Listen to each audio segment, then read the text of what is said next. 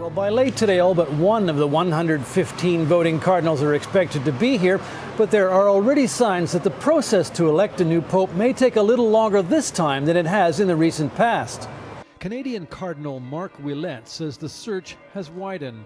There was a focus on Europe, obviously, for centuries and centuries, and that someday, I think someday it is to be expected that a pope would come from Asia, would come from Africa, would come from America. It wouldn't be a surprise. Nowadays, it wouldn't be a surprise.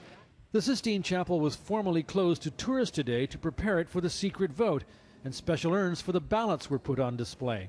The cardinals may have to huddle there for longer than the 1.8 days they averaged over the last 6 conclaves. I think we're just feeling our way right now in trying to determine what's the best way for us to proceed. Remember, there are many of us in this conclave who were not in the last one, so this is all uncharted water for many of us. A recurring theme is the sex abuse scandals. Scotland's Cardinal Keith O'Brien has already recused himself from the conclave over charges of sexual misconduct, and the pressure group Survivors Network of Those Abused by Priests wants more cardinals to do the same. It's hard, I would think, for Catholics, and it certainly is hard for victims to have faith in this process, knowing that many of the men involved are morally compromised. That's unlikely to happen, but several cardinals have said the problem has to feature high on the agenda of choosing a new pope. The cardinals all seem to agree that the next pope will have to be both a good manager and a pastor. As religion writer and analyst Father Thomas Rees put it, the thing that we really need is somebody who can communicate the gospel in a way that's understandable and attractive to people in the 21st century.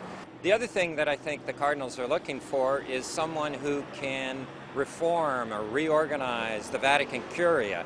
I mean, what they're looking for is Jesus Christ with an MBA.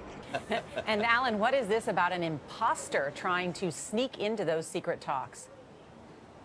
it's one of those nifty little stories we like to get here.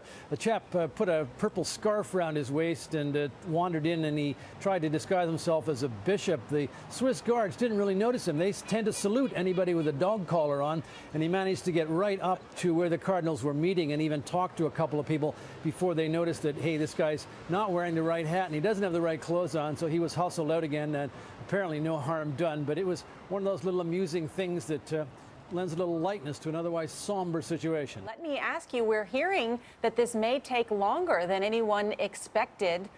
Is this because there are divisions within the church among the cardinals? I don't know what anyone expected.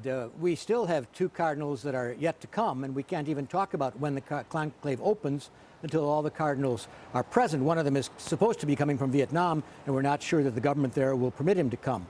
So when the cardinals are all present, that's when we begin to discuss when do we begin the conclave.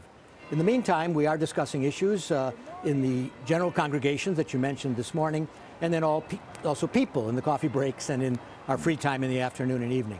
Cardinal, one issue that seems to constantly come up in conversation and reports from Rome is an emphasis on management. Is that a reflection on Yes. Pope Benedict, as well as the need for the church to look at things harder and be properly managed in its attitude towards these difficult challenges?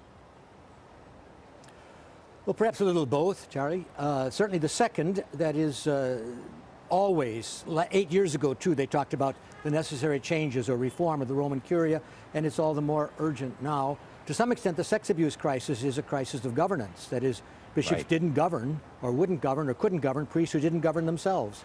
So governance is what a pastor does. He governs, he teaches, he sanctifies, and the governance of the church is one of the main topics that we're talking about now, particularly here in the central governance, because if they don't do a good management job, if you want to put it at that level, a good pastoral job at a slightly higher level, then it's all the harder for us in our local churches to govern well, because we depend upon them for permissions. Your answer suggests that the question of the scandal that has been in many parts of the church is at the top of the minds of many cardinals, that they really want to get and come to grips with this issue.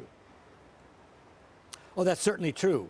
But I was suggesting that that comes under the rubric of governance, which is what we're using to talk mainly these days. Does it mean that the church is likely to look for a younger pope? Well, I'm not sure. We haven't talked about age so much, nor even places. As I said, sometimes the cardinals are looking for the person. And that is with certain character, with a certain ability to be rooted in the apostolic tradition that unites us to Christ, because he has to assure the magisterium, confirm the faith of his brothers, as Jesus told Peter. So that's always primary, and his personal stability, his ability then to communicate in this day and age, to be on television, to talk in several languages. Those are all personal qualities. The secondary would be the age and where he might come from. I think that enters in, but we're not there yet. On television, online, on the go, and now free on iPad. CBS News.